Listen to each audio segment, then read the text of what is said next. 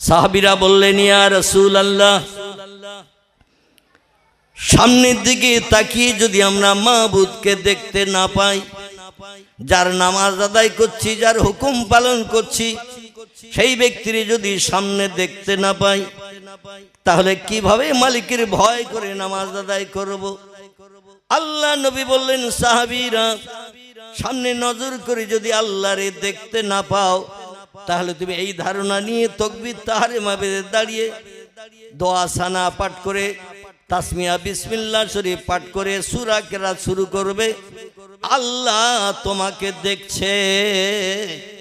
ফাইল্লাম তারাহু ওয়াইল্লাম ইয়ারা, আল্লাহ নবী হাদিস শরীফে জানিয়েছেন, তুমি যদি আল্লাহরে তোমার চামড়া চোখে দেখতে না পাও, তবে এই ধারণা করে নামাজে দাঁড়াবে, আল্লাহ তোমাকে দেখছে। এই ধারণা করে যদি নামাজে দাঁড়াও, এই নামাজের ভিতরে আর ফাঁকি টাকি দেওয়া চলবে, খারাপ ত্রুটি বিচ্যুতি হবে। আমার ভাইরা, সেই নিয়ত তো আমরা করতে পারি নাই, কারণ আমরা আল্লাহরে দেখতে পাই না। আমাদের ধারণা আল্লাহ আমাদের দেখতে পায় না। কি এরকম মনে মনে ধারণা হয় না? হয় না? আমরা আল্লাহর সামনে দেখতে পাচ্ছি না, নিশ্চয় আল্লাহ আমাদেরও দেখতে পাচ্ছে না। আচ্ছা, আল্লাহ আমাদের দেখতে পাচ্ছে না, এই তত্ত্বটা সঠিক না? আমরা আল্লাহরে দেখতে পাচ্ছি না, এই তথ্যটা সঠিক? আমরা আল্লাহরে দেখতে পাচ্ছি না, এই তত্ত্বটাই হলো সঠিক, কিন্তু আল্লাহ আমাদের 24 ঘন্টা দেখছেন না? দেখছেন না? দেখছেন না? দেখছেন না? ইয়ালামু খায়নাতাল আয়ুনে ওমা তুখফিস সুদূর। জোরে বলুন আল্লাহু আকবার। শুধু তাই নয়, আল্লাহ কোরআনে আরো বলছেন, আল্লাহু মিন হাবলিল ওয়ারিদ। ও বান্দা বান্দিরা, তোমরা রাস্তায় যখন চলো, দিবালোকে সূর্যের আলোয় তোমাদের দেহের ছায়াটা যেমন সঙ্গে সঙ্গে যায়, আমি আল্লাহ ছায়া থেকেও তোমাদের নিকটে নিকটে থাকি। শুধু তাই নয়, বান্দা তোমাদের ঘাড়ে রগ শিরা যেটা থাকে, রগ শিরা ঘাড়ে যেটি থাকে, ওই রগ শিরা ঘাড়ের থেকেও আমি আল্লাহ পাক তোমাদের কাছাকাছি অবস্থান করি। জোরে বলুন সুবহানাল্লাহ। দুর্ভাগ্য হলো আমরা আল্লাহরে দেখতে পাই না বলে মনে মনে ধারণা করি আল্লাহও আমাদের দেখতে পায় না। আচ্ছা, আল্লাহরে আমরা দেখতে পাই না বলে কেউ কি আল্লাহরে দেখতে পায় না? কি কেউ কি আল্লাহরে দেখতে পায় না?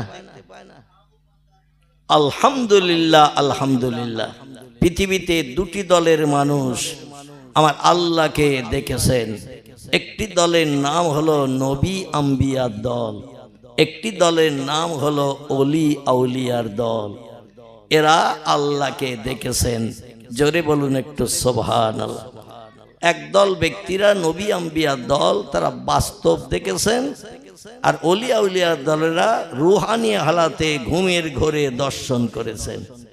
রাসূল বলছেন, যারা আমার প্রেমিক মাহবুব উম্মত হবে, মান রানি বিল মানাম, রবি বলছেন, যে লোকটি স্বপ্নযোগী ঘুমিয়ে আমার দেখলো, রাল হাক্কু, সে আমাকে সত্য দর্শন করলো। জোরে বলুন একটু সুবহানাল্লাহ। আমি যদি আপনাদের কারণ দিয়া, তো এলাকার নাম নাকি না ভেবিয়া, দক্ষিণ ভেবিয়া, এই দক্ষিণ ভেবে এলাকার লোকদের কাছে যদি জিজ্ঞাসাবাদ করি, আমরা কে কে নবীজিকে স্বপ্নযোগে ঘুমের ঘরে দেখেছে, একটু অধমকে হাত তুলে দেখান। আমাদের হাত কারো উঠবে না, প্যারালাইজড মার্কা হবে। বক্তা শ্রোতা সকলের হাত প্যারালাইজড মার্কা হবে না, হবে না, মানে হাত কারো উঠবে না, অচল হয়ে নিচে হয়ে থাকবে। কিন্তু এই পৃথিবীতে আল্লাহর অনেক বহু বহু বান্দারা আল্লাহকে স্বপ্নও দেখেছেন, পয়গম্বর মুহাম্মদ রাসূলুল্লাহকেও স্বপ্নে দেখেছেন। রাসূল বলছেন, রাল হাক্কু, যে আমারে দেখলো সে আমারে সত্য দর্শন করলো। কারণ ইবলিস শয়তান আমার চেহারা ধারণ করে কোনো ব্যক্তিকে ভুয়া স্বপ্ন দেখাতে পারে না। আর যে লোকটি আমারে একটা বার ঘুমিয়ে দর্শন করলো, সে আমারে সত্য দর্শন করলো, তার জন্য আল্লাহর 7খানা জাহান্নাম হারাম হয়ে গেল, 8টি জান্নাতের যে কোনো দরজা দিয়ে ঢোকার পারমিশন পেয়ে গেল। জোরে বলুন সুবহানাল্লাহ। আর একটু জোরে হবে না? নারায়ে তাকবীর। আসুন আমি আজকের ওই বিষয়ে একটু আলোকপাত করব। আপনারা যারা এসেছেন কম বেশি আমি অনুরোধ রাখলাম একটু আমার কাছের দিকে আসলে আমার বক্তৃতা করতে সুবিধা হয়। আর দূরে দূরে ছড়িয়ে ছিটিয়ে থাকলে মজলিসের সৌন্দর্য শ্রীবৃদ্ধি হয় না। ইবলিস শয়তান মাঝে ফাঁকায় বসে বসে মানুষের অন্তরে কুমন্ত্রণা ধোঁকা দেয়। তিরমিজি শরীফের হাদিস। আবার শরীয়তের ফতোয়ার কিতাব এসেছে, ফতোয়া দুররে মহতার, ফতোয়া কাজী খান, ফতোয়া মহিত, ফতোয়া স্বামী, বিখ্যাত বিখ্যাত ফতোয়ার কিতাবে ঐতিহাসিকেরা, সাহিত্যিকেরা, বিশেষ করে মুফতিগণ লিপিবদ্ধ করেছেন এহনাতুল ওলামায়ে কুফরুন। আলেমদের সদুপদেশ যদি কোনো ব্যক্তি কান ঝাড়া মারে, ভালো কথা বললে মানুষ যদি শুনতে অনিচ্ছা প্রকাশ করে, ও লোকটি আর মুসলমান থাকে না। মাথায় টুপি থাকলো, মুখে দাড়ি থাকলো, হাঁটুর নিচে লম্বা জামা গায়ে থাকলো, শরীয়তের ফতোয়ার কিতাবে সব মুফতিগণ একমত হয়ে লিখেছেন লোকটা কাফের হিসাবে বিবেচিত হবে। এজন্য আমি আপনাদের আর অনুরোধ করব না, কারণ আপনারা কাফের হয়ে বাড়ি যান, আমি অধমটা চাই না। তবে আলেমরা যদি সদুপদেশ দেয়, ভালো কথা বলে, এগুলো অন্তত আমল করার চেষ্টা করব মরণ পর্যন্ত। সকলে বলুন আমিন। আসুন আমি একটু ইন্ট্রোডাকশন, সূচনা, ভূমিকা আপনাদের কাছে রাখলাম। এবার আসুন মূল বক্তব্যের দিকে এগিয়ে যাই। যারা আশেপাশে রাস্তায় দাঁড়িয়ে আছেন আমি সকলকে অনুরোধ রাখবো তাবার ভিতরে ঢুকে যান।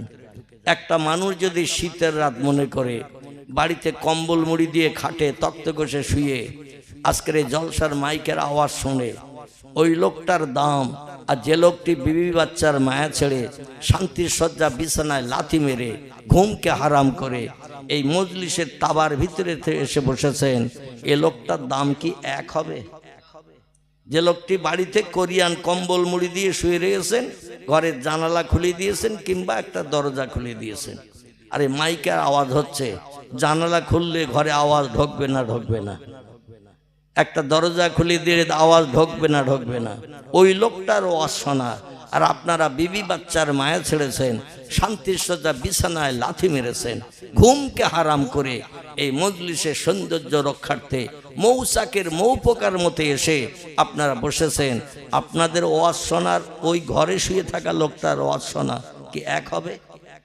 আল্লাহ কোরআনে বলছেন, বিসমিল্লাহির রহমানির রহিম, ফাইজা কুরিয়াল কুরআনু ফাসতামিউ লাহু ওয়া আনসিতু লাআল্লাকুম তুরহামুন। জোরে বলুন একটু আল্লাহু আকবার, আর একটু জোরে বলুন আল্লাহু আকবার।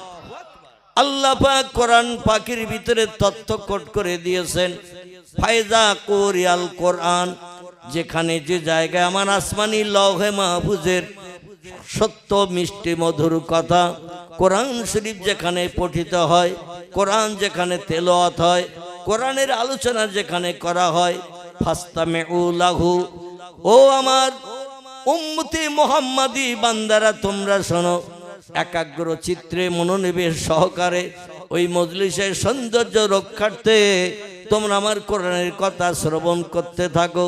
কারণ কোরআনের কথা সব মিথ্যা তো নাকি?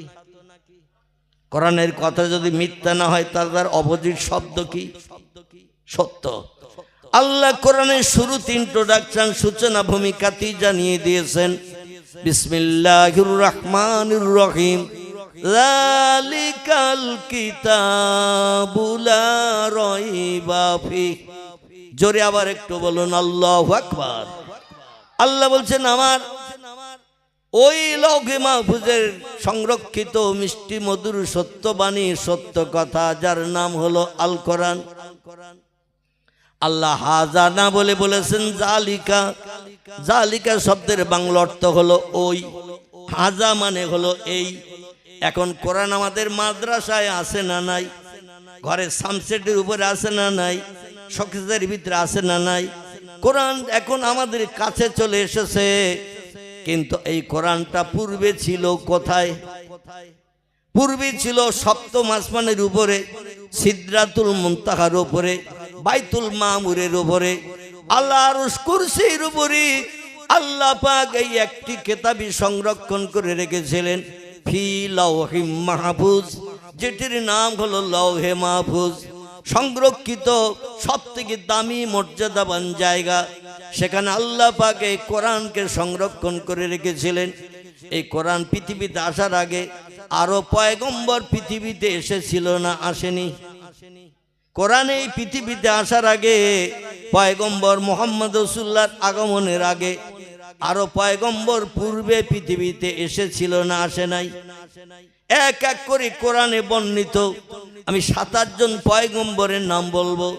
তফসির কারকেরা তফসিরে রুহুল বায়ান, তফসিরে মৌজেহুল কোরআন, তফসিরে বায়ানুল কোরআন, তফসিরে বাইজাবি, তফসিরে কাশাফ, তফসিরে জালালুল কোরআন, তফসিরে মারিফুল কোরআন, তফসিরে ইবনে কাসির, বিখ্যাত বিখ্যাত কোরআনের তফসিরের কিতাবের ভিতরে লেখকেরা একমত হয়ে লিখেছেন, এই পৃথিবীতে আল্লাহ পাক মানুষকে সুপথ দেখানোর জন্য, দিনের দাওয়াতে পরিব্যাপ্ত হওয়ার জন্য আসমানি কিতাব পাঠিয়েছিলেন মুহাম্মদ রাসূলুল্লাহর আগমনের আগে 103 খানা।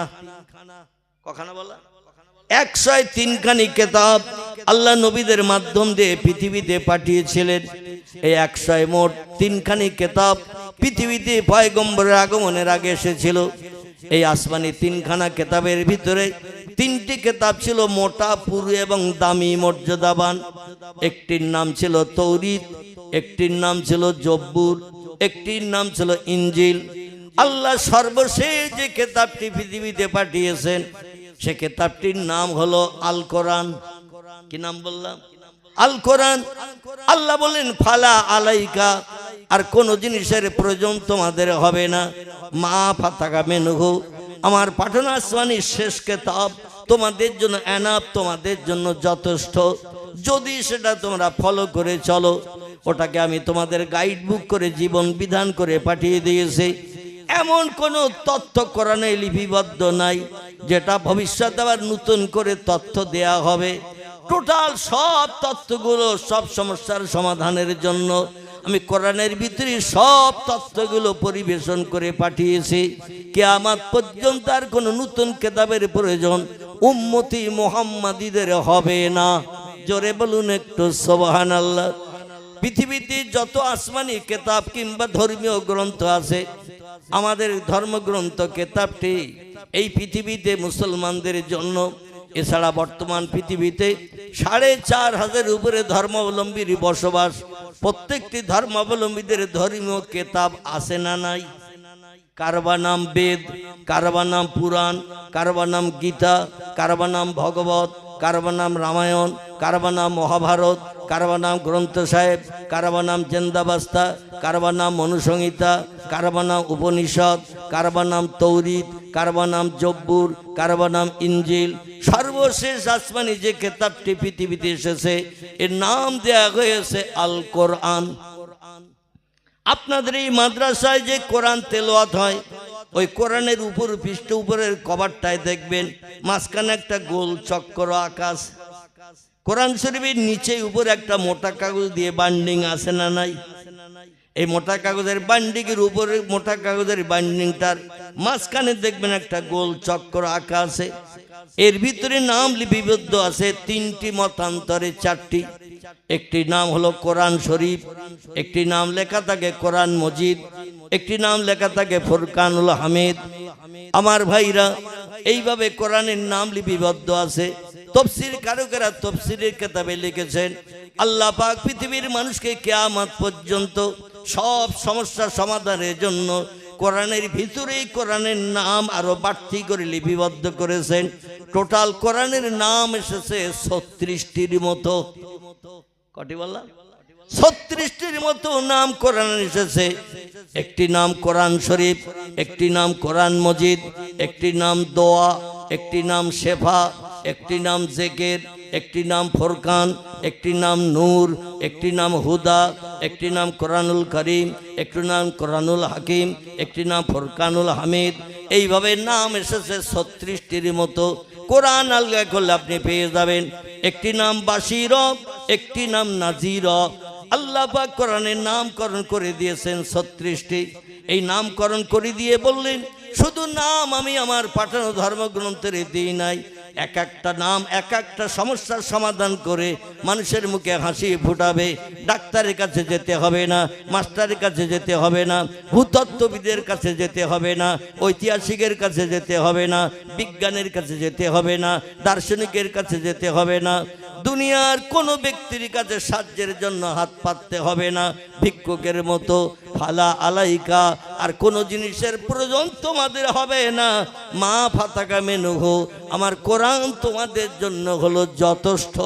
জোরে বলুন একটু সুবহানাল্লাহ। আমার ভাইরা, আল্লাহ পাক প্রথম যে নামটি আমাদের ধর্মগ্রন্থে দিয়েছেন, এই নামটি আরবি ভাষায় বলা হয় কোরআন শরীফ। কি নাম বলা হয়? কোরআন শরীফ। কোরআন শরীফ শব্দটির বাংলা অর্থ আমরা অনেকে বুঝি না, নাম শুনে শুনে মুখস্থ করেছি কোরআন শরীফ। কাউকে দেখালেই বলে এটা ধর্মগ্রন্থ কোরআন শরীফ। এটা বেদ নয়, পুরাণ নয়, গীতা নয়, ভগবত নয়, রামায়ণ নয়, মহাভারত নয়, জেন্দাবস্তা নয়, গ্রন্থ সাহেব নয়, মনুসংহিতা নয়, উপনিষদ নয়, তৌরিত নয়, জব্বুর নয়, ইনজিল নয়। এ ধর্মগ্রন্থটির নাম হলো কোরআন শরীফ। কারণ কোরআন শরীফের ভাষা কি ভাষা একটু বলেন? আলহামদুলিল্লাহ। কোরআন শরীফের ভাষা হলো সৌদি আরবের ভাষা। ঠিক না ভুল? সৌদি আরবের ভাষা। এখান থেকে কম বেশি 6,500 কিলোমিটার রাস্তা। আমাদের পশ্চিম বাংলা, বিশেষ করে ভারতবর্ষের একেবারে শেষ প্রান্ত, এই পশ্চিম বাংলার জমিন থেকে সৌদি আরবের দূরত্ব কম বেশি 6,500 কিলোমিটার রাস্তা। এখান থেকে 1450 বছর আগে ওই দেশের মাতৃভাষা ছিল আরবি। এখনো আছে আরবি, না পাল্টে গেছে? এখন আছে আরবি। আল্লাহ পাক হিব্রু ভাষায় কোরআন নাজেল করলে করতে পারতেন। পূর্ব কিতাব যেটি নাজেল করেছিলেন ইনজিল, আল্লাহ পাক পয়গম্বরের আগমনের আগে আরো নামি দামি পয়গম্বর যাদের পাঠিয়েছিলেন, যে পয়গম্বরের নাম হযরতে দাউদ আলাইহিস সালাম, যে পয়গম্বরের নাম হযরতে মুসা কালিমুল্লাহ, এদের কাছে আল্লাহ আসমানি কিতাব পাঠিয়েছিলেন সুরিয়ানি ভাষায়। কি ভাষা বললাম? সুরিয়ানি ভাষায় পাঠিয়েছিলেন। তাম পৃথিবীতে বর্তমান দেশের সংখ্যা 256টির মতো। গুগল সার্চ করবেন, খবর পেয়ে যাবেন। পৃথিবীতে বর্তমান দেশের সংখ্যা 256টির মতো। Japan, German, England, Holland, Poland, Italy, Brazil, Thailand, Singapore, Burma, Rangoon, Hindustan, Pakistan, Bangladesh, Afghanistan, Iraq, Iran, Kuwait, Jordan, Arab, পারস্য, তুরস্ক, Libya, Nigeria, Indonesia, Malaysia, Sri Lanka, Burma, Tajikistan, Kazakhstan, Balochistan, Azerbaijan, Armenia, Saudi Arab, Arab আমির শাহী, শাম, সিরিয়া, মরক্কো, ইয়ামান, বুলগেরিয়া, মিশর, Jordan দেশ আছে না নাই? এই পৃথিবীতে 256টির মতো দেশ বিদ্যমান। কিন্তু আমার আল্লাহ পাক রব্বুল আলামিন তার আসমানি শেষ কিতাব যেটি পাঠিয়েছেন, সেটি পাঠিয়েছেন আরবি ভাষায়। তার কারণ হলো মুহাম্মদ রাসূলুল্লাহর মাতৃভাষা বাল্যকালে কি ছিল? আমাদের দেশের বাচ্চা ছেলেরা মায়ের উদর থেকে যখন জন্ম নেয়, ও ইংরেজি শেখে না বাংলা শেখে? কারণ আমরা বাঙালি, আমাদের মাতৃভাষা বাংলা। এই জন্য বাচ্চা কাচ্চারা তাড়াতাড়ি বাংলা ভাষা শিখতে অভ্যস্ত হয়। বিদেশি ভাষা শেখাতে গেলে একটু সময় লাগে, টিউশনি লাগে, স্কুলে পড়াতে লাগে। একটা মূর্খ লোক জীবন স্কুলে যায়নি, স্কুলে অ্যাটেন্ডেন্সের খাতায় তার নাম লেখা হয়নি কোনোদিন, স্কুলের দরজার চৌকাঠ পার হয়নি জীবনে কোনোদিন। গরিবের সন্তান, বাপ দুনিয়ায় বেঁচে নাই, মাও বেঁচে নাই, মনে করুন দাদাও বেঁচে নাই। চাচারা তাদের বাচ্চাদের লালন পালন করতে যে ভেরাতুস পুত্রকে পড়াশোনার দায়িত্ব নিতে পারে নাই। এই লোকটা জীবন স্কুলে যায়নি, খাতা দিলে নাম লিখতে পারত না, নিজের বই দিলে কোনো বই পড়তে পারে না। এই লোকটার কাছে যদি তার মাতৃভাষা বাংলা ভাষায় কথা বলেন, ও লোকটার বুঝতে কোনো অসুবিধা হবে?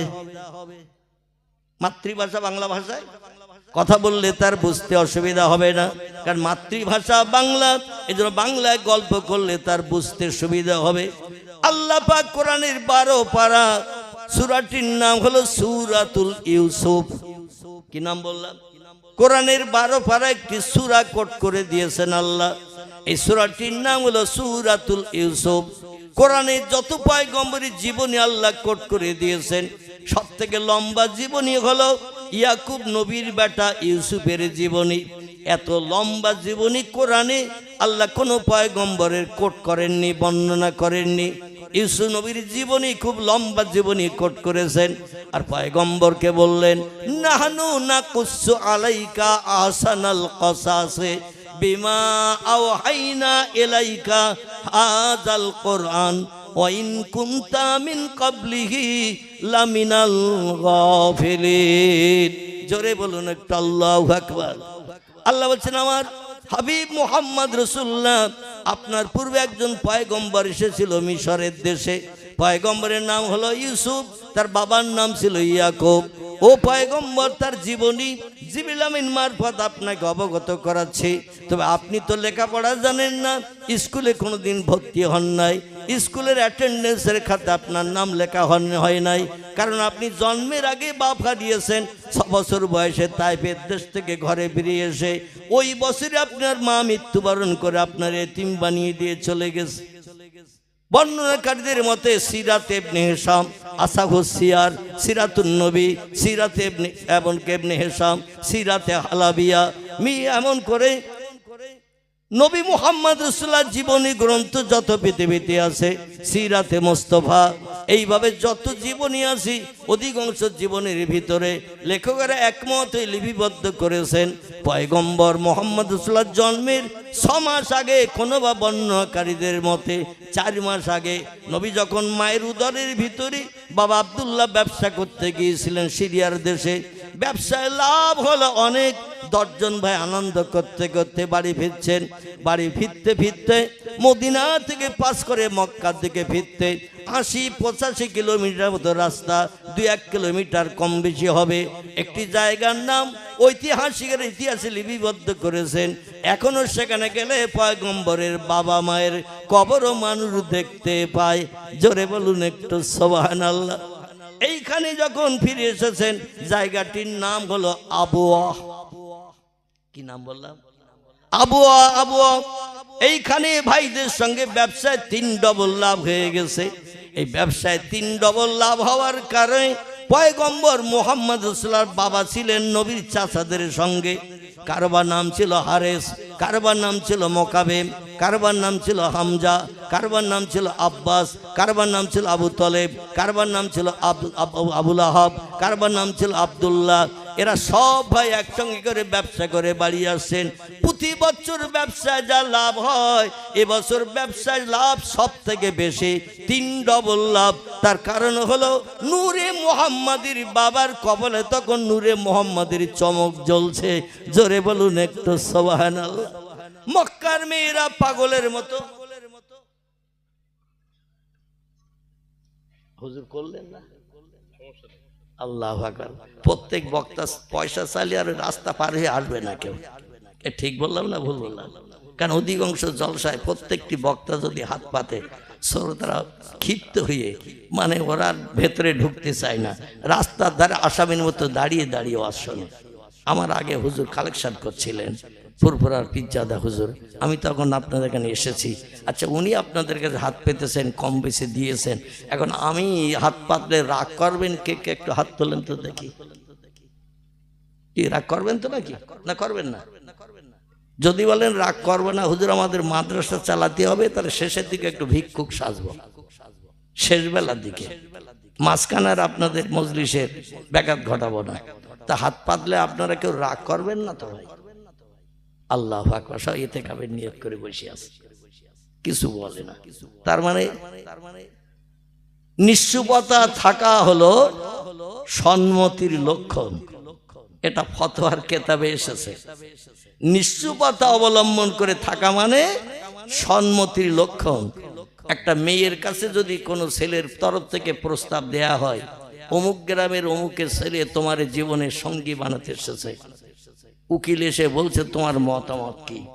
মেয়েটা যদি কোনো কথাবার্তা না বলে মাথা নিচু করে চুপ করে বসে থাকে, শরীয়তের ফতোয়ার কিতাব এসেছে ওর সম্মতির লক্ষণ লজ্জায় বলতে পারছে না। আর যদি সঙ্গে সঙ্গে বলে আমার অন্য জায়গায় কথা সেটেল আছে, তাহলে সম্মতি দিয়েছে নাকি? যারা যাত্রী সে এসেছিল এক মুঠো খেতি, ওরা বাঁশবাগান টাগান খুঁজবে না? খুঁজবে না? কথা বলতে হবে। ওরা বাঁশবাগান নতুন রাস্তা খুঁজবে না? খুঁজবে না? বলে মেয়ে রাজি হচ্ছে না বিয়েতে, আর এখানে খাবি কি করে? পালা।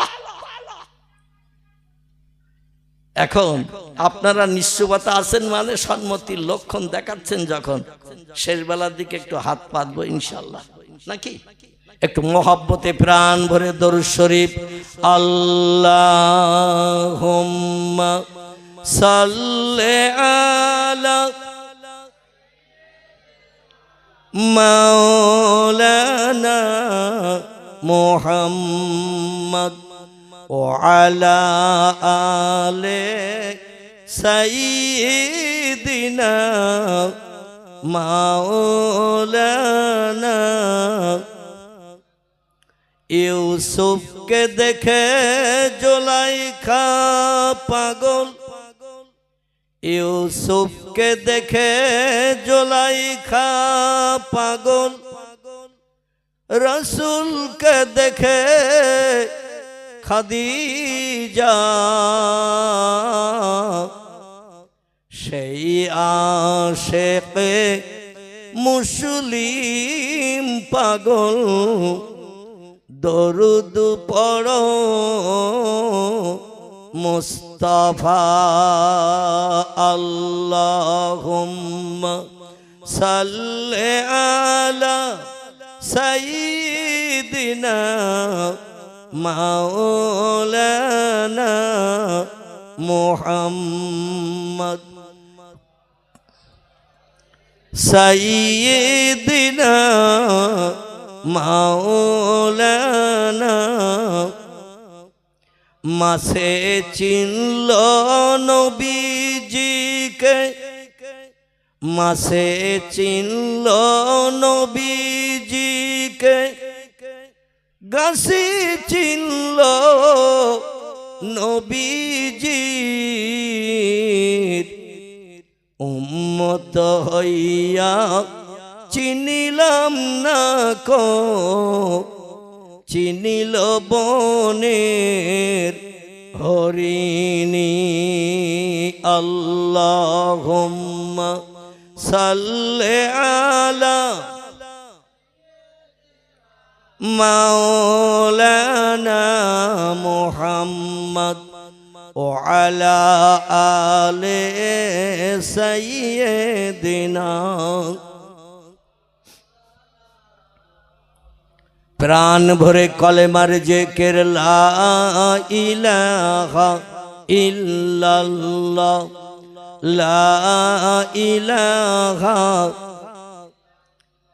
লা ইলাহা ইল্লাল্লাহ মুহাম্মাদুর রাসূলুল্লাহ। কাক ডাকে কাকা রবে, কাক ডাকে কাকা রবে, কোকিলের স্বর মধুর লাগে, ডাকে সেই শীতের হাওয়ায়, আল্লাহ ছাড়া মাবুদ নাই বলো লা ইলাহা ইল্লাল্লাহ, লা ইলাহা, লা ইলাহা ইল্লাল্লাহ মুহাম্মাদুর রাসূলুল্লাহ। নবী ও বকর গারে সুরে, নবী ও বকর গারে সুরে, সেই নামের ওই জিকির করে, তাই না দেখে মাকড় সাথী জাল বুনিয়া যায়, কবুতর এসে পাশে বসে স্মরণ করে তাই বলো লা ইলাহা ইল্লাল্লাহ লা ইলাহা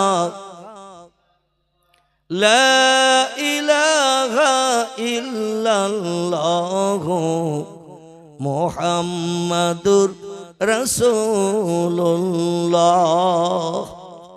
দরুদ শরীফ পড়া মিলাদ মাহফিলে কোরআনের মজলিসে ভালো না খারাপ? দরুদ শরীফ নবীজির মহব্বতে পড়লে আমাদের লাভ হবে না লস হবে? লাভ হবে।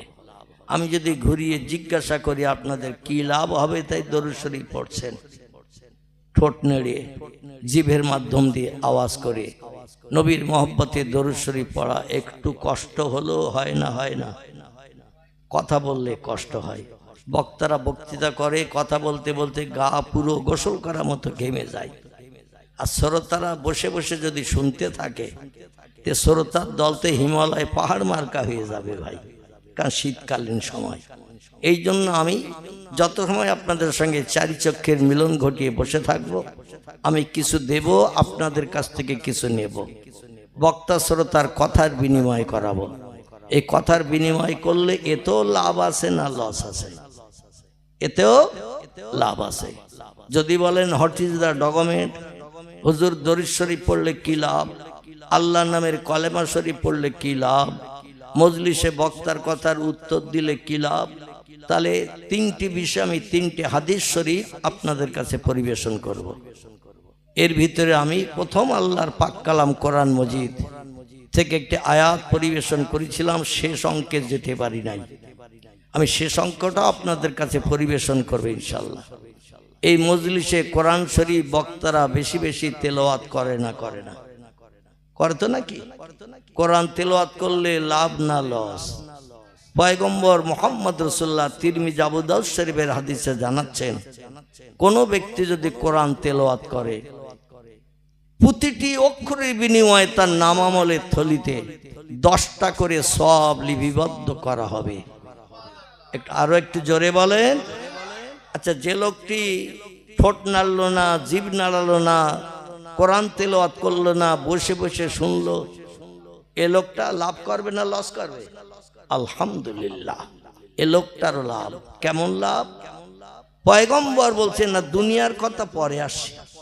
আল্লাহর পয়গম্বর বলছেন, যে লোকটি কোরআন তেলাওয়াত করলো, তার নামামলের থলিতে প্রতিটি অক্ষরের বিনিময়ে আল্লাহ 10টা করে সওয়াব লিপিবদ্ধ করবেন।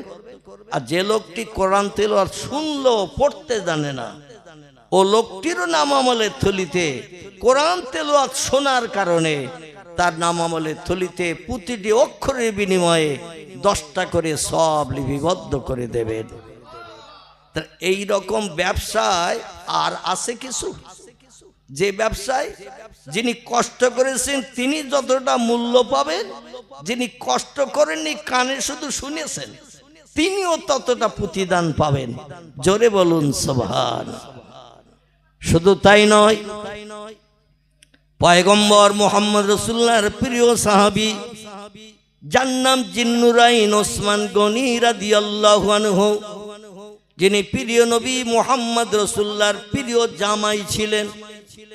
আল্লাহ নবীর কন্যা সন্তান ছিলেন 4টি। কটি? 4টি। অধিকাংশ সিরাতের কিতাবে লেখকেরা লিখেছেন পয়গম্বরের পুত্র সন্তানও ছিলেন 4টি। একটির নাম আবুল কাসেম, একটির নাম ইব্রাহিম, একটির নাম তাহের, একটির নাম তৈয়েব। কিছু বর্ণনাকারীরা সিরাতের কিতাবে লিখেছেন পয়গম্বরের ছেলে ছিল 3টি। কোন বর্ণনাকারীরা বলেছেন, অধিকাংশ বর্ণনাকারীরা 4টির কথা বলেছেন। মেয়েদের সম্পর্কে কোনো দ্বিমত পোষণ করেননি কোন লেখক, কিন্তু ছেলেদের সম্পর্কে কিছু লেখকেরা দ্বিমত পোষণ করেছেন। তারা বলছেন নবীজির ছেলে ছিলেন 3টি। একটির নাম আবুল কাসেম, একটির নাম ইব্রাহিম, একটির নাম ছিল তাহের বা তৈয়েব। তাহের যার নাম বলা হয়, তার আরো একটা আরবি নাম ছিল তৈয়েব। তাহের এবং তৈয়েব নামের বাংলা অর্থ হলো পবিত্র। একটা ছেলে দুটি নাম ছিল। আমাদের দেশে অনেক ছেলেদের দুটি নাম আছে না নাই? ভালো নাম আছে আব্দুর রহমান, ভালো নাম আছে আব্দুল মোমেন, ভালো নাম আছে আব্দুল করিম, ভালো নাম আছে গোলাম মোহাম্মদ, ভালো নাম আছে গোলাম কিবরিয়া, ভালো নাম আছে গোলাম রহমান, আছে না নাই? আবার ওর ডাক নাম আছে মিন্টু, ডাক নাম আছে পিন্টু, ডাক নাম আছে নন্টু, ডাক নাম আছে বল্টু, ডাক নাম আছে বাপি, ডাক নাম আছে বাপ্পা, ডাক নাম আছে বাবলু, ডাক নাম আছে বাচ্চু, ডাক নাম আছে ডবলু, ডাক নাম আছে বুলু, ডাক নাম আছে আকাশ। দক্ষিণ ভেবিয়ারের দিকে বোধহয় নাই, আছে? আমি শুধু অপেক্ষা করছি এই আকাশের অপোজিট শব্দটার নাম কি? আকাশ। আলহামদুলিল্লাহ, আকাশের অপোজিট শব্দের নাম হলো পাতাল। আকাশ আর পাতাল। এই পাতাল নামটা কবে রাখবে সেদিন আমি মনে মনে ধারণা করবো, সব মিলিয়ে গেছে, অসুবিধা নাই। তবে পাতাল নামটা এখনো রাখিনি, আকাশ পর্যন্ত রেখেছে। মিন্টু, পিন্টু, নন্টু, ঝন্টু, লালটু, বল্টু, বাপি, বাপ্পা, বাবলু, বাচ্চু, ডবলু, বুলু, আকাশ আর পাতাল। এইভাবে নাম এখন মডার্ন যুগে চলতেছে না, চলতেছে না।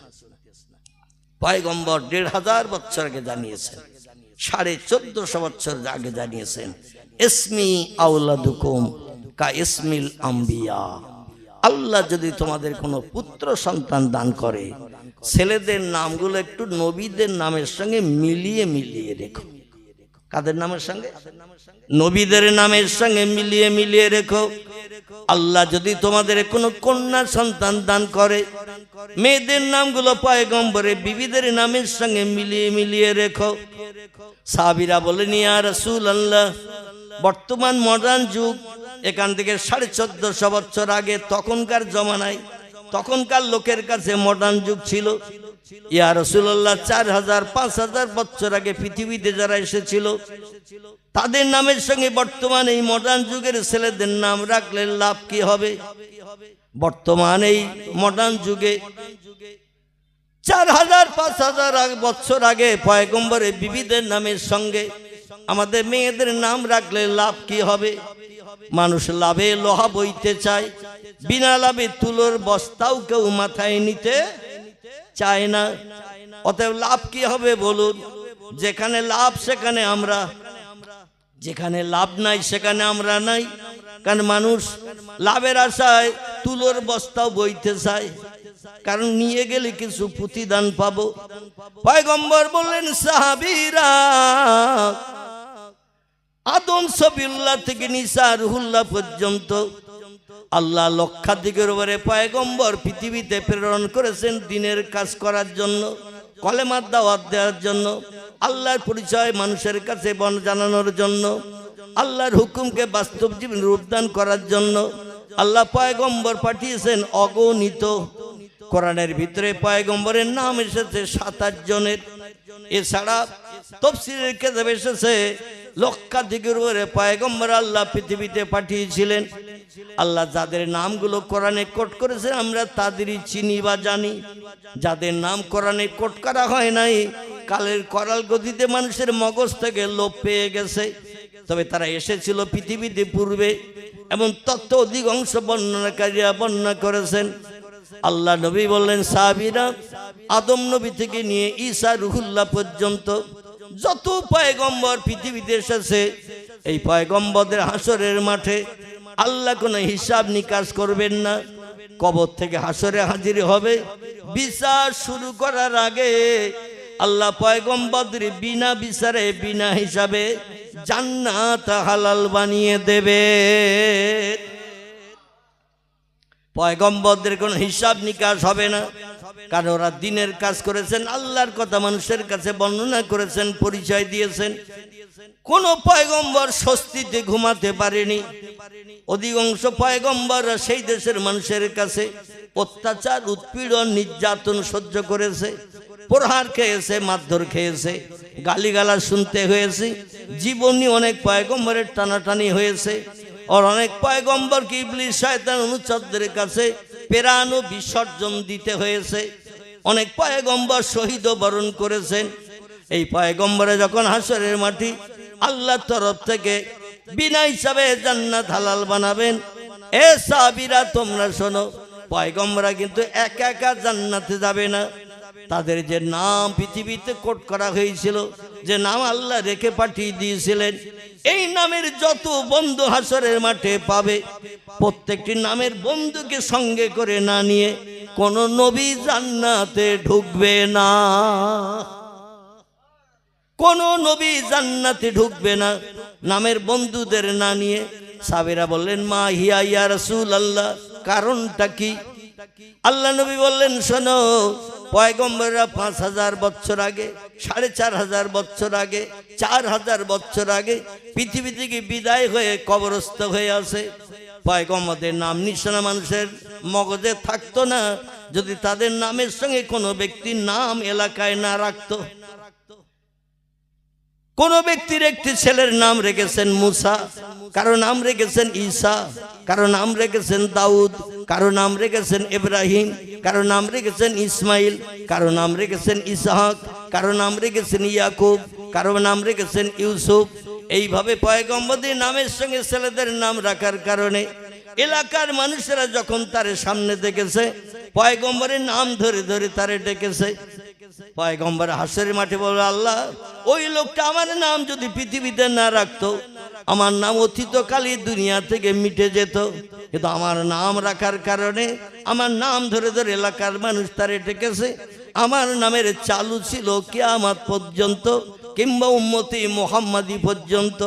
আমার নামের চালু রেখে মানুষের কাছে আমার নামের পরিচয় যে লোকটি বহন করেছে, সেই লোকটি জাহান্নামের আগুনে দগ্ধ হবে।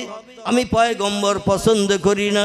আমার নামের সঙ্গে যত ব্যক্তির নাম রেখেছে, আমি তাদের সঙ্গে করে নিয়ে জান্নাতে যেতে চাই। আল্লাহর নাম কোরআনে এসেছে 99টি। কটি? কোরআনে আল্লাহর নাম এসেছে 99টি। আল্লাহ রহমান, রহিম, গফফার, করিম, সাত্তার, জব্বার, কাহার, আউয়াল, আখির, জাহির, বাতিন, লতিফ থেকে শুরু করে আল্লাহর নাম এসেছে 99টি। এই 99টি নামের ভিতরে দুটি নাম আল্লাহর কাছে বেশি পছন্দনীয়, প্রিয়। একটি নাম হলো রহমান, একটি নাম হলো রহিম। জোরে বলুন সুবহানাল্লাহ। এই 99টি নামের ভিতরে দুটি নাম আল্লাহর কাছে সব থেকে বেশি প্রিয় এবং পছন্দনীয়। নাম দুটির আবার মানে মতলব একই, নাম দুটি আলাদা। উম্মুল কোরআন যারে বলা হয়, এই সূরাটির নাম হলো সূরাতুল ফাতিহা। কোরআনের জননী মা বলা হয়, কারণ সূরা ফাতিহার 8টি মতান্তরে 7টি আয়াতের ভিতরে যত বিষয়ে তত্ত্ব পরিবেশন করা আছে, টোটাল কোরআনের ভিতরে ওই বিষয়ই বর্ণনা করা আছে। জোরে বলুন সুবহানাল্লাহ। টোটাল কোরআনের ভিতরে 114টি চ্যাপ্টার, সূরা, অধ্যায়, 6666টি সেন্টেন্স, বাক্য, আয়াত, 3,44,740টি হরফ বর্ণমালা অক্ষর দিয়ে আল্লাহ 1450 বছর আগে কোরআনকে কুড অফ কমপ্লিট করে বিশ্ববাসী উম্মতে মুহাম্মাদীদের ঘরে পৌঁছে দিয়েছেন। জোরে বলুন সুবহানাল্লাহ। এই কোরআনের ভিতরে আল্লাহ পাক রব্বুল আলামিন 99টি নিজের নামের পরিচয় দিয়েছেন। এর ভিতরে দুটি নাম সূরাতুল ফাতিহার 2 নম্বর সেন্টেন্সে, দুটি নাম 2 নম্বর সেন্টেন্সে আল্লাহ লিপিবদ্ধ করে দিয়ে আমাদের মুখে হাসি ফুটিয়ে দিয়েছেন। জোরে বলুন একটু সুবহানাল্লাহ। কি হাসি শুনুন। কোরআনের প্রথম যে সূরাটি আছে সূরাতুল ফাতিহা, উম্মুল কোরআন। বিসমিল্লাহির রহমানির রহিম, আলহামদুলিল্লাহি রাব্বিল আলামিন। আছে না নাই? যত প্রশংসা, তারিফ, গুণ, কীর্তন, কৃতজ্ঞতা তারই জন্য জ্ঞাপন করি, যিনি तमाम বিশ্ব ব্রহ্মাণ্ডকে বানিয়েছেন, পৃথিবীর সব সৃষ্টিকে বানিয়েছেন যিনি। যেটা চোখে দেখতে পাই, যেটা চোখে দেখতে পাই না, সব বানানোর মালিককে, সব বানানোর মালিক তিনি আল্লাহ। 2 নম্বর সেন্টেন্স আল্লাহ বলছেন আর রহমানির রহিম। আছে দাদাই? এই 2 নম্বরের সেন্টেন্সই হলো, একটি নাম হলো রহমান, একটি নাম হলো রহিম। খুব ভালো করে শুনবেন এবার। রহমান নামের যে মানে, রহিম নামের সেই একই মানে, নাম দুটো আলাদা। এই আরবি নামের বাংলা অর্থ হলো তিনি অতি বড় দাতা, দয়ালু, মেহেরবান, তিনি অতি বড় করুণা নিধান। তার মতো দয়া, তার মতো মায়া আর কোন সৃষ্টির বান্দাদের উপরে নাই। একটু জোরে বলুন সুবহানাল্লাহ। তার মতো দয়া, তার মতো মায়া, তার মতো রহম, তার মতো করম আর কোন সৃষ্টির বান্দাদের উপরে নাই। এই নাম দুটি হলো রহমান, একটি নাম হলো রহিম। কেন এই তথ্য দেয়া হলো? তাফসীরে রুহুল বায়ান, তাফসীরে মাওজিহুল কোরআন, তাফসীরে বায়ানুল কোরআন, তাফসীরে ফি জালালুল কোরআন, আল্লামা কুতুব রাহমাতুল্লাহ আলাইহি বিখ্যাত কোরআনের মুফাসসির তিনি, তার লিখিত তাফসীরের কিতাব তাফসীরে ফি জালালুল কোরআন আল্লামা কুতুব রাহমাতুল্লাহ আলাইহি তিনি লিপিবদ্ধ করছেন। আল্লাহর এই যে গুণবাচক 99টি নামের ভিতরে 2টি নাম হলো সর্বাধিক মর্যাদাবান, একটি নাম হলো রহমান। এই রহমান নামের গুণটা আল্লাহ পৃথিবীতে উম্মতে মুহাম্মাদীদের জন্য অটোমেটিক দান করে দিয়েছে। রহমান নামের গুণটি আল্লাহ উম্মতে মুহাম্মাদীদের জন্য অটোমেটিক দান করে দিয়েছেন। যদি বলেন হোয়াট ইজ দ্য ডকুমেন্ট, তার বাস্তব প্রমাণ একটু তথ্য দিলেই বুঝতে পারবেন ইনশাল্লাহ। আমরা অনেকে মদ খাই না, মুসলমানদের ভিতরে অনেকে মদ খায় না। আচ্ছা, আল্লাহ তখন ঘুমিয়ে থাকে তো? আমরা অনেকে সুদের টাকা গোপনে গোপনে, সুদে যিনি টাকা নিয়েছেন তার কাছ থেকে নিই না। বিধর্মীদের সমতুল্য হয়ে গেছে মুসলমানদের ভিতরে সুদের ব্যবসা। ঠিক বললাম না ভুল বললাম? আমার ভাইরা সুদের ব্যবসায় জর্জরিত। আল্লাহ নবী তিরমিজি শরীফের হাদিসে জানিয়েছেন, সুদের পয়সা দিয়ে মুসুরির দানার ন্যায়, ছোলার দানার ন্যায় কোন খাবার কিনে যদি গালের ভিতরে দিয়ে দাঁতে চাপন দিয়ে জিভটা লাগিয়ে টেস্ট আর স্বাদ চাখেন, টক, তিতো, মিষ্টি কি ঝাল, কোন খাবার গালে দিয়ে দাঁত দিয়ে চাপন দিলে খাবারটা ফেটে যায় না? এই ফেটে যাওয়ার পরে জিভ লাগিয়ে যদি আস্বাদ চাখেন, ওই খাবারের আস্বাদটা কি, টক, তিতো, মিষ্টি কি ঝাল, এটা যদি জিভে অনুভব করেন, পয়গম্বর বলছেন ওই লোকটি সুদের পয়সা দিয়ে খাবার কিনে গালে দিয়ে জিভ লাগিয়ে আস্বাদ চাখলো মানে তার নিজের মায়ের সঙ্গে 36 বার ব্যভিচার করার গুনাহ অর্জন করলো। একটু জোরে বলা যাবে না নাউজুবিল্লাহ? আর একটু জোরে বলা যাবে না নাউজুবিল্লাহ? এখন এই ওয়াজ সুদখোরদের কাছে ভালো লাগবে না খারাপ লাগবে? সুদখোরদের কাছে বলে হুজুর আর কিছু পাচ্ছে না, আমি একটু কম পয়সায় সুদে টাকা দেই, পাড়ায় চলছে শতকরা 5 টাকা, আমি দেই 2.5 টাকা, আমি দেই 2 টাকা। হুজুর আর ওয়াজ খুঁজে পাইনি, তাই সুদের ওয়াজ করতেছে, হুজুরের নামিয়ে দাও কিংবা উঠে চলে যাই, ও ওয়াজ আমার শোনার দরকার নাই। যে লোকটি সুদখোর সে মন্তব্য করবে না? পয়গম্বরের জবানে বলতে যে কার গায়ে লাগলো কার গায়ে লাগলো না, আলেমেরা কি এটা যাচাই করে বলবে নাকি? আলেমদের কাজ হলো দিন শরীয়তের সত্য তথ্যটা পরিবেশন করা। মানুষ যদি খারাপ থেকে ভালো হয়, অপকর্ম থেকে মানুষ যাতে সংশোধন হয়। কিন্তু এখন এই ওয়াজ করলে মানুষের ঢল নামা যেমন তেমন, ময়দান খালি হবে না?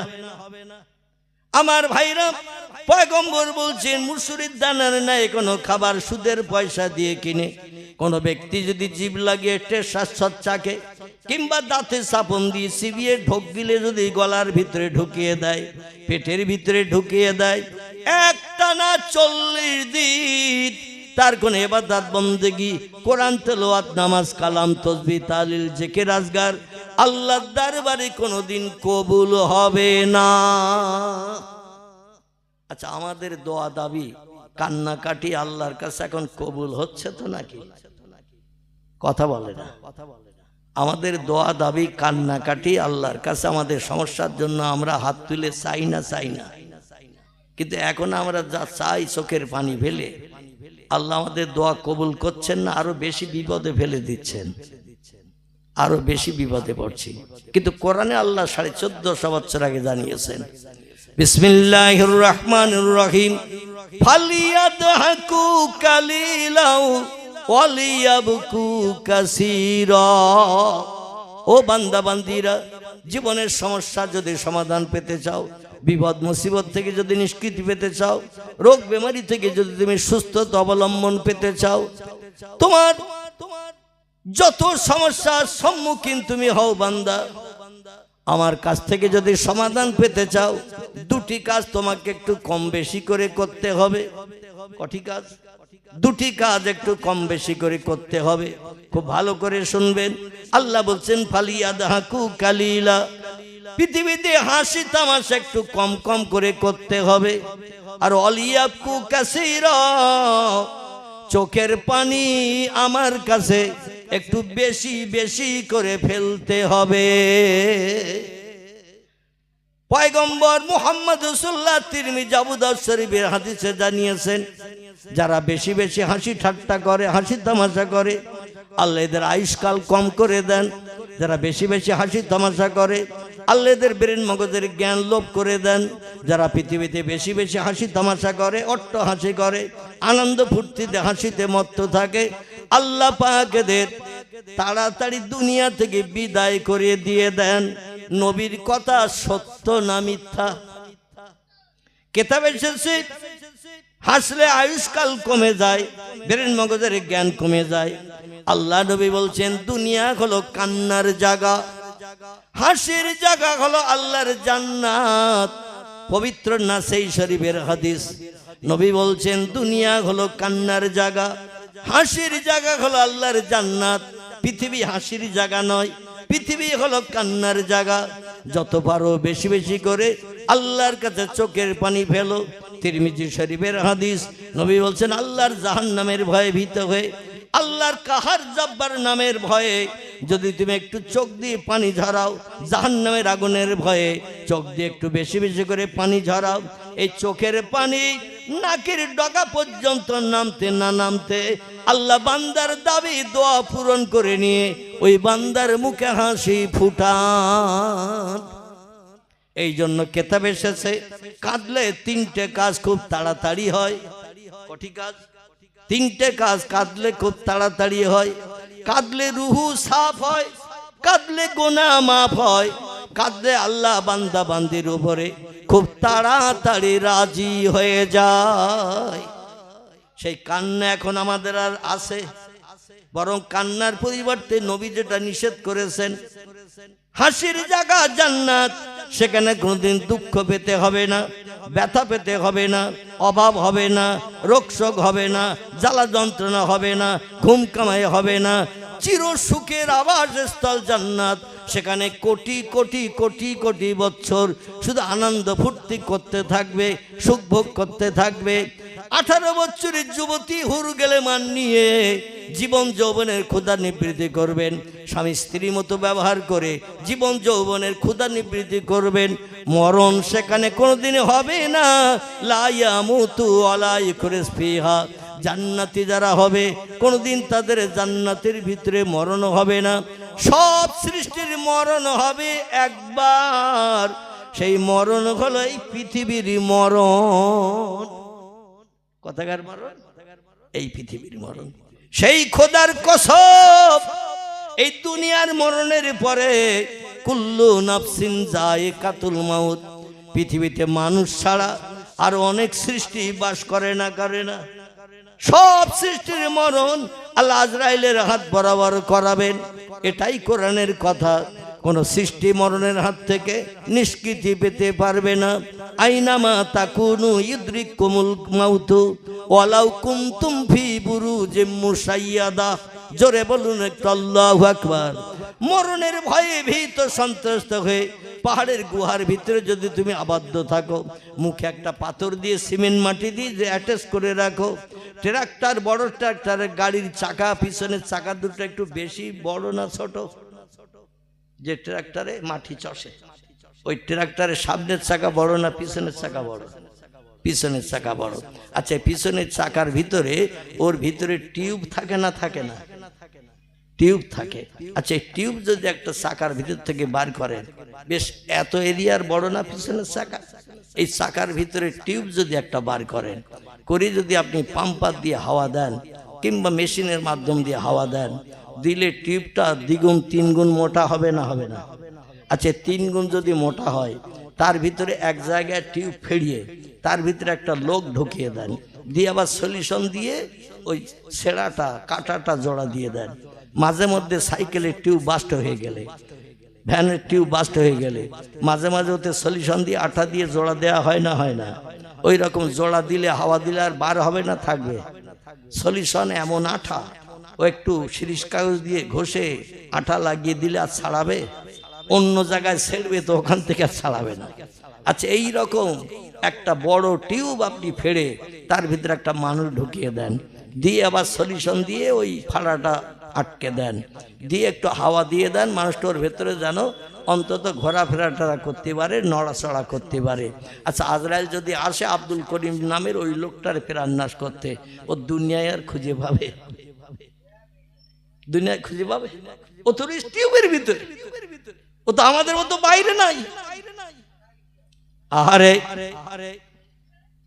আল্লাহ বলছেন, বান্দা বান্দিরা, পাহাড়ের গুহার ভিতরে যদি তোমারে ঢুকিয়ে দিয়ে মুখে পাথর দিয়ে সিমেন্ট মাটি দিয়ে অ্যাটাচ করা হয়, টিউবের ভিতরে ঢুকিয়ে দিয়ে সলিউশন দিয়ে আটা দিয়ে আবার টিউবটা যদি জোড়া দেয়া হয়, যেথায় তুমি থাকো না কেন, আমার ফেরেশতা আজরাইলের তোমার প্রাণনাশ করতে 1 সেকেন্ড বেশি দেরি হবে না, আবার 1 সেকেন্ড আগেও তোমার প্রাণনাশ করবে না।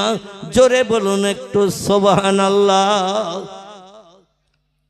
আল্লাহর সঙ্গে পাল্লা দিয়ে আজ পর্যন্ত কোনো বিজ্ঞান, কোনো দর্শন, কোনো ইঞ্জিনিয়ার, ডাক্তার, মাস্টার জয়ী হতে পেরেছে? আল্লাহর সঙ্গে পাল্লা দিয়ে জয়ী হতে পারে নাই, বরং আল্লাহর সঙ্গে পাল্লা দিতে তারাই ফেল করেছে। ঠিক না ভুল?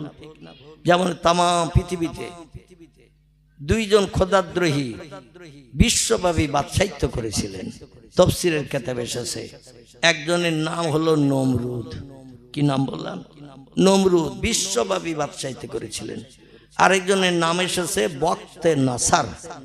কি নাম বললাম?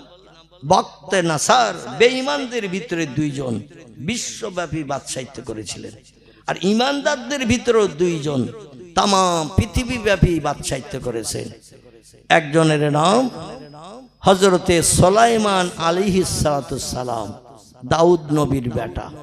তাম পৃথিবীব্যাপী বাদশাহিত্য আল্লাহর তারে করার সুযোগ দিয়েছিলেন। আরেকজন ব্যক্তির নাম তাফসীরের ভিতরে এসেছে, তার নাম হলো সেকেন্দার জুলকারনাইন। কি নাম বললাম? সেকেন্দার জুলকারনাইন। ইনি ছিলেন ইমানদার মোমেন আল্লাহওয়ালা, বিশ্বব্যাপী বাদশাহিত্য করার সুযোগ পেয়েছিলেন। তাম পৃথিবীতে যার বাদশাহিত্য থাকে, এর কোনো মালমাত্রার অভাব থাকে? পৃথিবীর সব দেশের মাল তো তার হাতে, কারণ ওই দেশের বাদশা, সরকার সে, নেতা সে। ও যখন তখন যে কোনো মাল হাতালে কেউ কিছু বলবে? বলবে না। আচ্ছা, বিশ্বব্যাপী বাদশাহিত্য করেছেন 4 জন। আজরাইলের হাত থেকে রেহাই পেয়েছে কজন? আহা, তাম বিশ্বব্যাপী বাদশাহিত্য করার পরও আজরাইলের হাত থেকে নিষ্কৃতি পেতে কেউ পারেনি। আমরা হলাম খুদির বগলি, আমাদের নাম নিশানা গন্ধ পৃথিবীতে কিছুই থাকবে না মরণের পর। আর আমরা কি আজরাইলের সঙ্গে পাল্লা দিয়ে জয়ী হতে পারবো নাকি? তো বর্তমান প্রযুক্তি যুগের কিছু উচ্চ শিক্ষিত তত্ত্ববিদেরা ওরা বলছে, টাকা না থাকলে দুনিয়ায় তার কিছু নাই, টাকা হলো সব থেকে দামি বড় সম্পদ। এই টাকা যদি আমি রেডি করে রাখতে পারি, মেম্বারের বশ করতে পারি, প্রধানের বশ করতে পারি, এমএলএর বশ করতে পারি, গ্রামের মোড়লের বশ করতে পারি, টাকা যদি গাডা দিয়ে বান্ডেল করে রাখি, আজরাইলও বশ করে নেব ইনশাআল্লাহ। জোরে বলুন একটু নাউজুবিল্লাহ। আমাদের বর্তমান ভারতবর্ষের প্রধানমন্ত্রী যিনি, নাম ছিল তার নরেন্দ্র মোদী, এখনো আছে না নাই? ইনি কিছুদিন আগে নোটবন্দি করেছিলেন, খবর রাখেন তো। 500-1000 টাকার নোট ব্যান করে দিয়ে নতুন নোট চালু করেছিলেন। এই নতুন নোটের ভিতরে একটা নোট ছিল, নাম তার 2000 টাকার নোট, বার করেছিল না করেনি? লক্ষ লক্ষ 2000 টাকার নোট বার করেছিলেন। এখন হাটে মাঠে পথে রাস্তাঘাটে মার্কেটে বাজারে গেলে 2000 টাকার নোট এখন আর চোখে দেখতে পাওয়া যাচ্ছে। এই মাল সব উদাও হয়ে গেল কোথায়? না, সেখানে যায়নি। যেখানকার মাল সেখানে যায়নি, এসব মানুষের পকেটে আন্ডারগ্রাউন্ড হয়েছে। মানুষ এরা গোষ্ঠীতে করে রেখেছে, অল্প টাকায় বেশি হবে, তাই গোষ্ঠীতে করে ব্যাংকের সঙ্গে যোগাযোগ করি 2000 টাকার নোট যত জনগণ জমা দেবে আমারে দেবেন, পার্সেন্টেজ বাড়তি কিছু দেয়া হবে। এইভাবে কোটি কোটি টাকা বস্তাবন্দি করে রেখেছিল। বর্তমান পশ্চিমবঙ্গ সরকারের কিছু আমলা নেতারা এ ধরা পড়েছে না পড়েনি? ধরা পড়েছে। একটু তথ্য দেওয়ার জন্যই শুধু বললাম, ধরা পড়েছে। কত কোটি? 52 কোটি। কত কোটি? 52 কোটি। আরো কত কোটি সব বস্তায় বন্দি ধরা পড়েছে। যাই হোক, আমি বলতে চাচ্ছি, এখন ব্যাংকের ম্যানেজারের সঙ্গে যোগাযোগ করে যদি বলেন 2000 টাকার নোটের আমার খুব দরকার, কোনো ব্যক্তি যদি জমা দেয় তো টাকাটা যেন কাউকে দেবেন না, আমারে দেবেন, আপনারে বাড়তি কিছু খুশি করব। এখন ব্যাংকের ম্যানেজার আপনার কথা ভেবে বাড়তি কিছু টাকা পাবে, এই জন্য 2000 টাকার নোট আপনারে দিল। 100 করে বান্ডেল করে গাডার দিয়ে আপনি রেখেছেন 10টা। কটা? 10টা বান্ডেল করে রেখেছেন গাডার দিয়ে। খুব ভালো করে বুঝবেন, 10টা বান্ডেল করে রেখেছেন 100 করিয়ে এক এক বান্ডেলের ভিতরে। তা 10টা বান্ডেল যদি করা হয় 2000 টাকা নোট, মোট কত টাকা হবে? এত দেরি করে বললি তাওয়ারুক দিতে বারণ করবো। আলহামদুলিল্লাহ, আলহামদুলিল্লাহ। যাদের মগজ এখানে নেই ওরা টপ করে বলতে পারবে না। ঠিক বললাম না ভুল বললাম? যাদের মগজ এখানে আছে টপ করে 10টা বান্ডেল 2000 টাকা নোট 100 করে সঙ্গে সঙ্গে সে বলে দেবে 20 লাখ। আর যার মগজ এখানে নেই, মেয়েদের হাঁড়িতে রয়েছে, খোকার মার কাছে আছে, মোবাইলের মনের মানুষের কাছে যাদের মন, মানে মোবাইলে এখন টাচ করলেই প্রথম বেরিয়ে যাচ্ছে মনের মানুষ। অবশ্য আপনাদের দক্ষিণ ভেবিয়া কারণ দিয়ে এলাকায় কারো ওই বড় মোবাইল নেই, যার কাজ যা আছে আমার মতো আছে। হ্যাঁ, 4-5টা, আল্লাহ আকবার। তার শিয়াল সব জায়গায় ডেকেছে, সন্ধ্যা হয়ে গেলে শিয়াল আর দেরি করে না, কে কোথায় আছে ওরা খবর জানায়, নিজেরাই হক্কাহু করে। শিয়াল সব জায়গায় ডেকেছে। আমি মনে করছিলাম আমার মতো মোবাইল বোধহয় এখানকার সকলের পকেটে আছে। আমি একটা মোবাইল ব্যবহার করি, দেখাবো আপনাদের। অতীত কাল থেকে আমি ব্যবহার করি, আর আল্লাহ যেন মরণের দিন পর্যন্ত আমি অধম, আমাকে এইটা ব্যবহার করিয়ে কাজ মিটাই। দেখেছেন তো, এই অতীত কাল থেকে নিয়ে বর্তমান কাল পর্যন্ত এবং মরণের দিন পর্যন্ত আল্লাহ যেন এটাই ব্যবহার করায়। কিন্তু যে মোবাইল একটু বড় মার্কা, আঙুল ছোঁয়ালেই মনের মানুষ বেরিয়ে যায়, এই মোবাইল শরীয়তে ব্যবহার করা জায়েজ না না জায়েজ? আল্লাহর পয়গম্বর তিরমিজি শরীফের হাদিসে জানাচ্ছেন, যে ঘরে দেওয়ালের গায়ে ক্যালেন্ডারে জীবন্ত জীবজন্তুর ফটো টানিয়ে রাখা হয়, জীবজন্তুর ফটো, মানুষের ফটো ক্যালেন্ডারে কাগজে দেওয়ালের গায়ে ঝুলিয়ে রাখা হয়, টানিয়ে রাখা হয়, ওই ঘরে আল্লাহর রহমতের ফেরেশতা আসে না। ও ঘরে নামাজ কালাম তসবিহ তাহলিল জেকের আজগার কোরআন তেলাওয়াত আল্লাহ দরবারে কোনোদিন কবুল হবে না। জোরে বলুন একটু নাউজুবিল্লাহ। আর টেলিভিশন যন্ত্র যাদের ঘরে পূর্বে ছিল, বর্তমানে আর ব্যবহার হয় না, কারণ টেলিভিশন এখন পকেটে বিজ্ঞান ঢুকিয়ে দিয়েছে এই ধরনের মেশিনের মাধ্যম দিয়ে। সিনেমা হলে ফিল্ম দেখতে গেলে 2-4 ঘন্টা একটা ফিল্মই দেখতে হতো, এখন এই মোবাইল মেশিনের ভিতরে হাজার হাজার ফিল্ম ঢুকানো আছে না নাই? আরে মোবাইল অন করলেই প্রথম ঢোল তবলা পিয়ানো হারমোনিয়াম সেতারার বাজনি হবে না? হবে না? রাসূল বলছেন আমি বাজনি হারাম করতে পৃথিবীতে এসেছি, নাসাই শরীফের হাদিস, আমি বাজনি হারাম করতে এসেছি।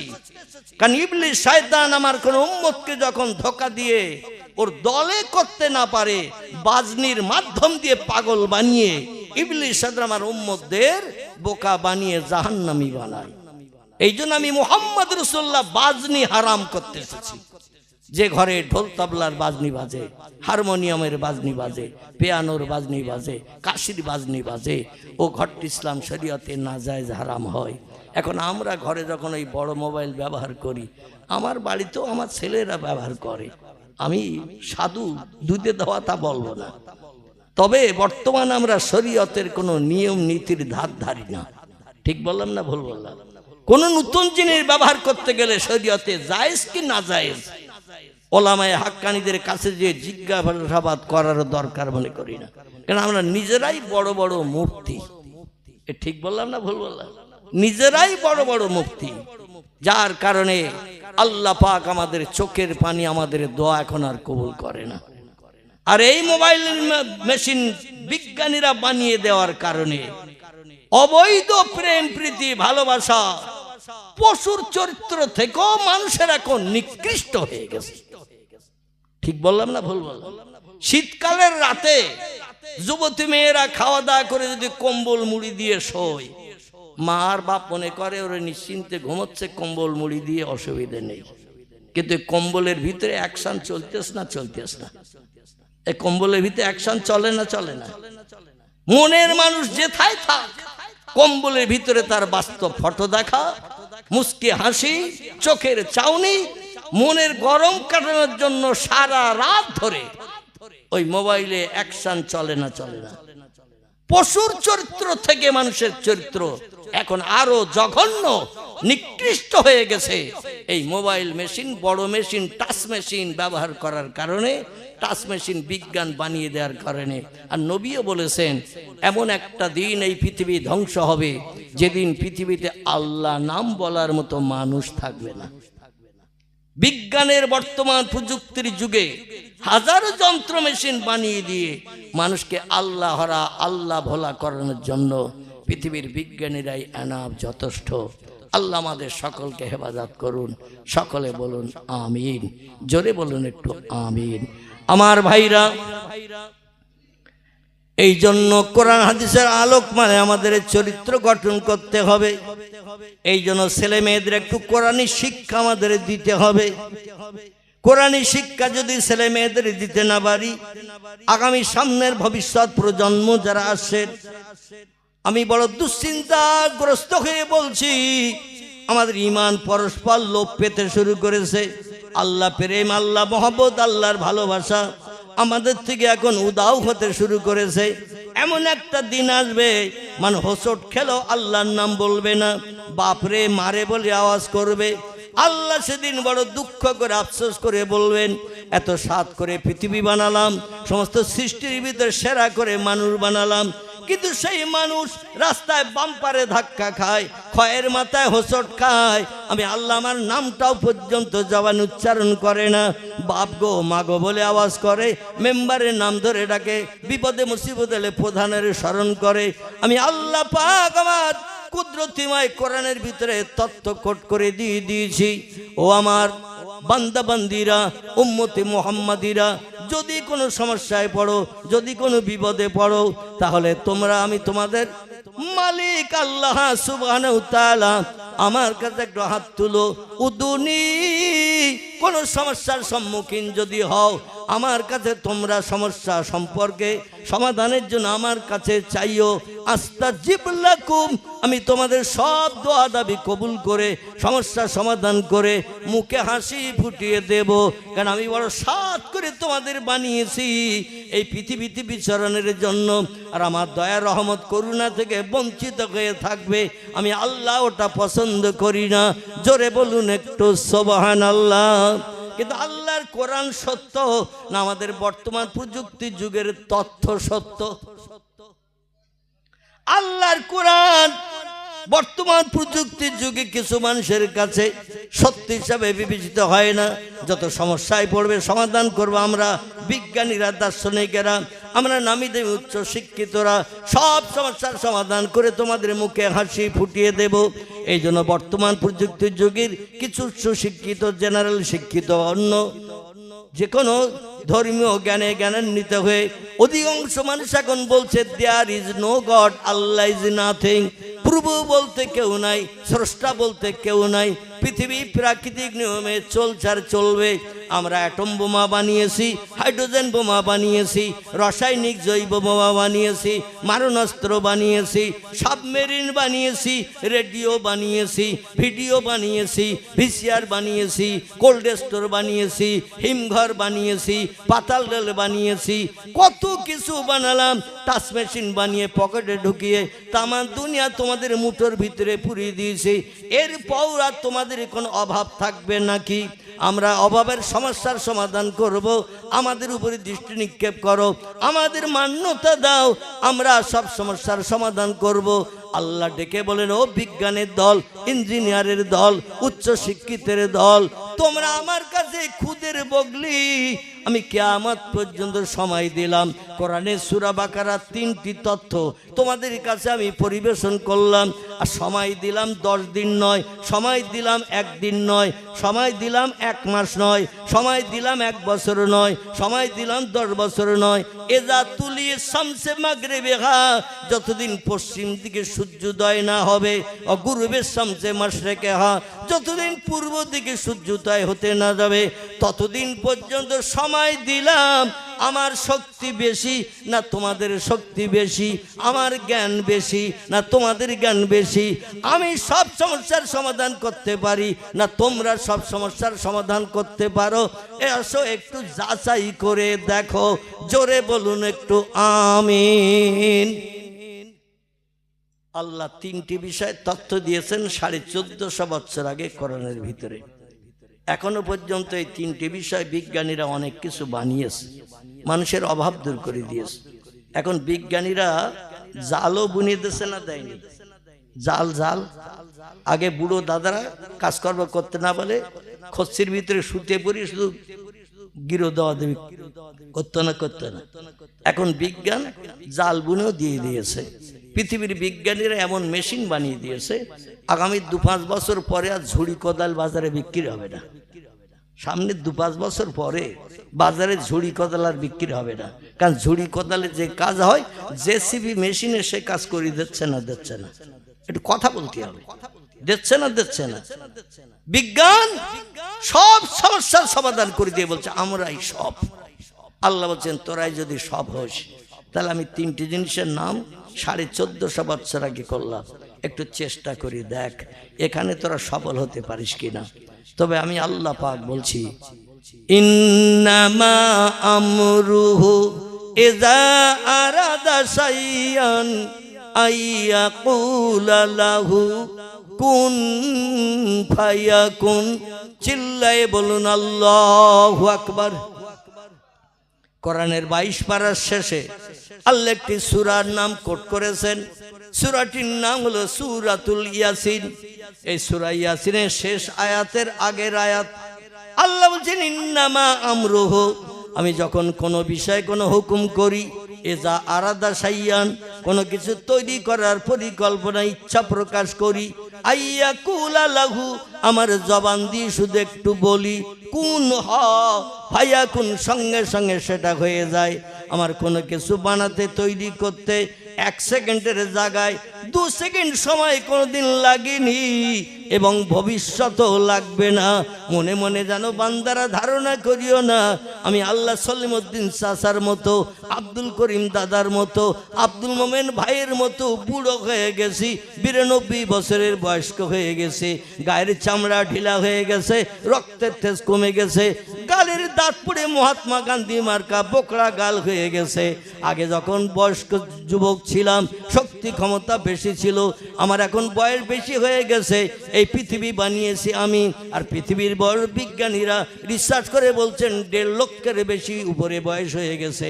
আর এই 1.5 লক্ষ বছরের পৃথিবী যদি আল্লাহ বানিয়ে থাকেন, আল্লাহ না জানি সলিমউদ্দিন চাচা, আব্দুল করিম দাদা, আব্দুল মোমেন ভাইয়ের থেকে আরো কত বেশি বুড়ো হয়ে গেছে।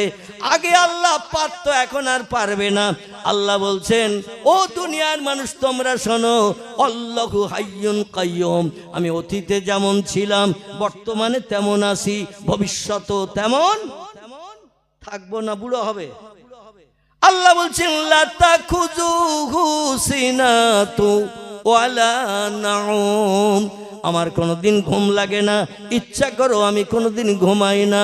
শুধু তাই নয়, আমি তোমাদের এমন একজন প্রভু, আল্লাহু লা ইয়ামুত, আমি আল্লাহ আমার কোনোদিন তোমাদের মতো ভবিষ্যতে মরণ হবে না। আমি অতীতে ছিলাম যেমন, বর্তমানে আছি তেমন, ভবিষ্যতেও থাকবো তেমন। আমার সঙ্গে পাল্লা দিতে এসো না, পাগল হয়ে মারা যাবে। জোরে বলুন একটু সুবহানাল্লাহ। আল্লাহ বলেন আমার সমকক্ষ সমতুল্য তোমার হতে পারো কিনা। টোটাল কোরআন আমি কত তথ্য পরিবেশন করেছি, 6666টি সেন্টেন্স বাক্য দিয়েছি। আমি অত তোমাদের প্রমাণ করতে বলবো না। কোরআনের সূরা বাকারার একটা আয়াতে আমি 3টে জিনিসের নামকরণ করেছি। এই 3টের যে কোনো একটা করে দুনিয়ার মানুষকে দেখাও, আমার বান্দাদের দেখাও, আমি যা পারি তোমরা তা পারো। বোঝা যাচ্ছে তো নাকি? দেবো, শেষ করে দেবো, শেষ করে দেবো ইনশাআল্লাহ। আমার ভাইরা, আল্লাহ বলছেন বিসমিল্লাহির রহমানির রহিম, তুলিজুল লাইলা ফিন নাহারে ওয়া তুলিজুন নাহারা ফিল লাইল ওয়া তুখরিজুল হাইয়া মিনাল মাইয়িতি ওয়া তুখরিজুল মাইয়িতা মিনাল হাইয়্যি وترزقوا من تشاء بغير حساب। জোরে বলুন আল্লাহু আকবার। আল্লাহ বলছেন আমার ক্ষমতা কেমন আর তোদের ক্ষমতা বর্তমান প্রযুক্তি যুগের বিজ্ঞানের যুগে কেমন, একটু আমার ক্ষমতার সঙ্গে সামঞ্জস্য হওয়া, সমসাময়িক হওয়া, তাহলে বুঝবো আমাদের উভয়ের ক্ষমতা 50-50। তোদের ক্ষমতা যতটা আমারও ততটা, 50-50 আমি মেনে নেব। তবে এই 3টে জিনিস তোদের সমতা ফেরানোর জন্য আমি সময় দিলাম। এজা তুলিয়ে শামসে মাগরিবে হা, যেদিন পশ্চিম দিকে সূর্যোদয় হবে সেই দিন পর্যন্ত সময় দিলাম। এর ভিতরে পারিস কিনা একবার দেখ। তত্ত্ব 3টি কি কি? একটি হলো আল্লাহ বলছেন আমি রাতের পরে দিন করি, দিনের পরে রাত করি। তোরা একটু দিনের বেলা রাত কর, রাতের বেলা দিন কর। দিনের বেলা রাত কর, রাতের বেলা একটু দিন কর। রাত 12টার সময় দিন 12টা বানা, দিন 12টার সময় রাত 12:30 11:30 বানা। মানুষের যদি বলা হয় তোমরা রাতের বেলা দিন করো, দিনের বেলা রাত করো, কোনো বিজ্ঞান, দর্শন, ইঞ্জিনিয়ার এরা দায়িত্ব নেবে? Rousseau, Plato, Hegel, Montesquieu, Kant, ভয়েল, জার্নাল, মিলি, Thomas Carlyle, William Moore, Edward Gibbon, Goethe, Isaac Newton, গ্যালিলিওর দল, বড় বড় বিজ্ঞান এসেছে পৃথিবীতে। মগজ ধোলাই করে রিসার্চ করে এমন এমন নামি দামি যন্ত্রপাতি বানিয়ে দিয়েছে, মানুষ তাদের বানানো যন্ত্রপাতিতে আনন্দে আত্মহারা, খুশিতে বাঘ বাঘ। আল্লাহ বলছেন রাতের বেলা একটু দিন কর।